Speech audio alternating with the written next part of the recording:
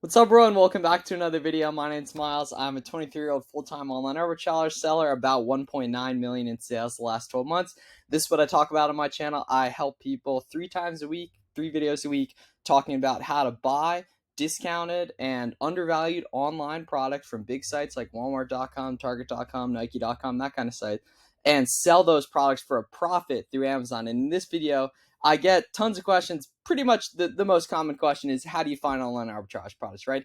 And I really realized, and working with my coaching students the past few months and everything, I've been getting a lot more clarity around what really set me apart and what's really allowed me to find success with this stuff and everything.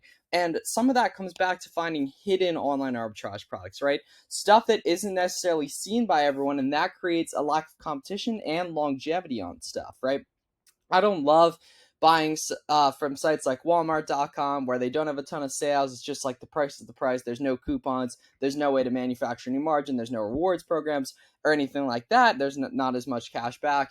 And that creates an even playing field in terms of it's easy and a lot easier to understand those listings that are 12 bucks and they're selling for 25, you make a couple bucks, whatever. The stuff I like to buy, it's $40 on the site, but I have a 20% off code, and then I use a high rewards credit card, Rakuten, and all that, and I ended up paying like 32 plus the extra gravy on top from that. The item sells for like 80, and then it's like I'm making 30% or whatever. And that's the kind of thing that has really helped me. And because that stuff's a lot harder to find, once you get good at it, once you have sites you like to work with and everything that you understand, the coupons and all that, it can be really easy to find success on stuff. And it's the kind of thing that, because it's harder to find up front and harder to initially learn, most people never get over that hump. That creates a longevity on items, and then you see a major compound effect in that the stuff you bought 3 months ago, you're now repurchasing some of it, and 6 months in the future, you're repurchasing stuff that you found now and all that, and that really skyrockets your catalog and everything. So just a couple things we're going to talk about. So using coupons is so important. Listing errors where the listing doesn't quite match the main product on Amazon, the UPC, all that creates opportunity because it's hard to find. It cancels out the retail arbitrage people, because if there's multiple listings for the same product, which we're going to see an example of, or the name of the product doesn't necessarily match the UPC or match the actual name of the product, that cancels out the retail arbitrage people, which is like, half the people potentially hunting for these products, because they're just scanning with the SellerAmp app. If you haven't, make sure you test out the SellerAmp app or the Keep app or whatever, just the Amazon Seller app and everything. And that creates such a barrier to entry, and it knocks off a lot of that potential competition, and that creates longevity on stuff. Same thing, listing errors, multiple listings for the same product, stuff where it doesn't match up. I literally, right, coupons and sales are crazy, man, especially like some of the seasonal sales, Black Friday and everything. I know it's a little while away. There'll probably be some 4th of July sales coming up. I made over 10K in profit off one sale last December on just a couple ASINs right there. A big reason of why I'm able to find a lot of coupons, a lot of sales and everything, that's just time in the game, right? Being in the community, opportunities coming to me, having a good network and everything, and me also doing this every single day. Like, it's crazy. If you're new to this, it's your first month, it should be hard. That's why not everyone's going to stick with it. When you do something like I have every day for almost a year and a half, right, 16 months, you get pretty good at it, and then it's easy to make money on it. And it's so much easier for me to find something than it was a year ago, and in the future it's going to be a lot easier as well, because I know I'm going to be in the trenches doing it every single day. Also, definitely get on as many email lists as you can. Have a burner email, like a separate email that you just join email lists. Like, you can literally go on like Rakuten and find tons of sales and stuff and join all the email lists of the site, so you get notified whenever they have sales in the future. So just some stuff to consider. In terms of an example of stuff where there's multiple listings, so right here, so these slides, there's tons. These are specific size and everything. Multiple listings for the same product right here. We can open up this one as well. And there's a big one down here that's a ton. Yeah, right here. And so this kind of plays in the part of multiple listings and a listing error. And you can see how it's Nike men's loafer right here. And then this is the black and white version. The black and white's going to be on here as well. Yep. Oh, it looks like these. So this photo, these might be a little bit off. But either way, these two are the same right here. And we can see black and white right there.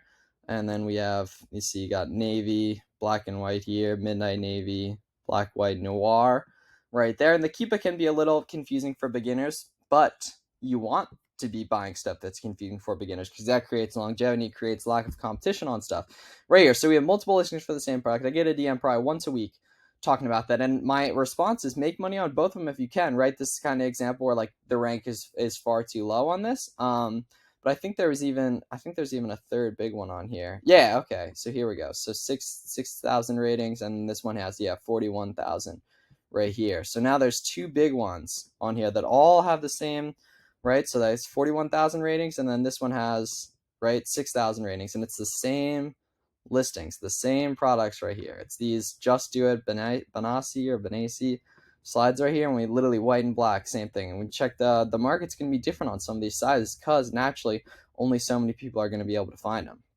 Here, so like a size 9 here is 35. It's been that way pretty consistently. The rank's not amazing, but it's definitely not bad. Right here, competition is moderate over the last 90 days, and right here, a size 9 is lower. It sells more frequently, and there's more competition. So naturally, right, you see different stuff like that'll happen.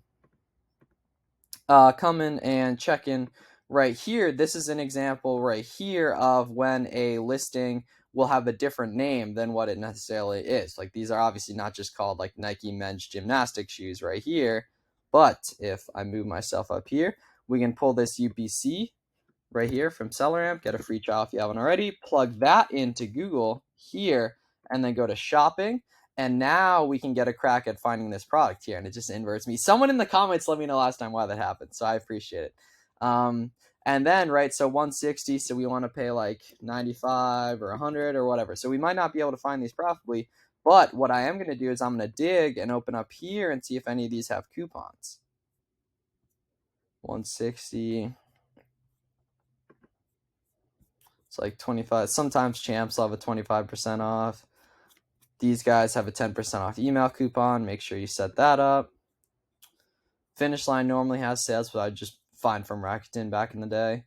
Let's check also the variations here. I get a lot of questions about reading variation listings. So the way I like to look at it is, so each listing will have its own Keepa chart. So I'm not too worried about the ratings count. I will filter it here and just to see, okay, so it makes sense that black and white's moving the most frequently. White on black, that makes sense. But if we come down here to like one of them that only has like 1% of the ratings, right here, if we go to the Keepa, we can see it's still going to be moving. Get myself out of here.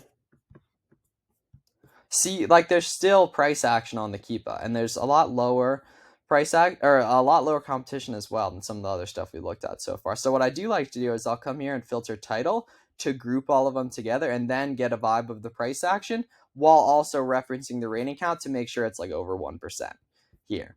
So now these are moving for 264, and I have a decent feeling that these are going to be able to be found. Whoa, oh, I was going to say those would have been fantastic right there.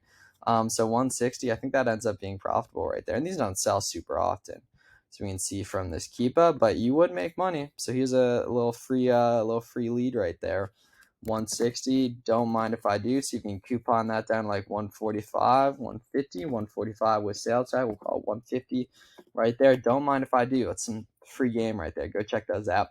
So yeah, I think it's super important stuff. And then also another question I get a lot is, how do you then, like, where do you know where to start sourcing? So once you have something like this where you know it's good, you can see that people are having success with it. Hop in the buy box stats right here.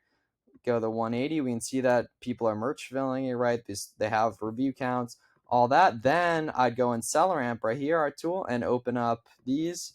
Now we can see what else they're moving right here. We can brand filter, category filter, and all that. So that's our tool, SellerAmp. Make sure you get a free trial of that. And I think this is going to be a helpful video for those of you guys really looking to make some money with online arbitrage. This is the type of stuff, the nuance, the variations, the higher ASP, the coupons that creates longevity and a lack of competition on stuff. So I appreciate you guys watching the video all the way through. If you're still with me, which you are, if you're seeing this, if you're interested in working with me directly, you can apply for my coaching program in the link in the description. And I hope you guys have a great weekend. I'll see you guys on Monday for another video. Thanks a lot.